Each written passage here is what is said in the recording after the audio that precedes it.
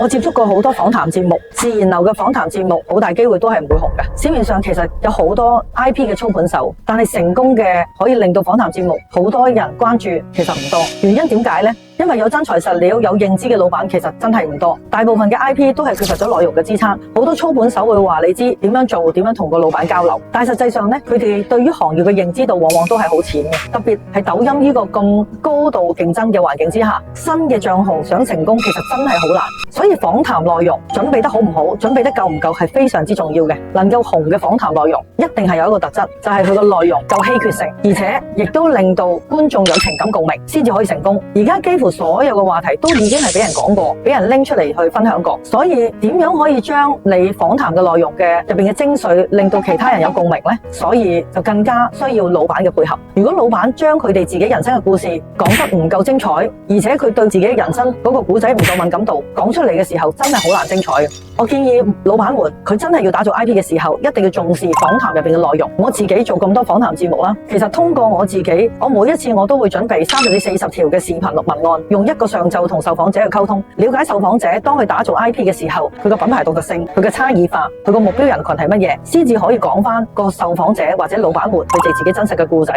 因為講到佢哋嘅故仔，先至可以好深刻將佢入邊嘅內容挖掘出嚟，俾受眾去認識。呢一樣嘢先至可以令到佢個品牌打造佢嘅 IP 嘅時候更加突出，令到更加多嘅觀眾有共鳴感，咁樣先至可以做得成功。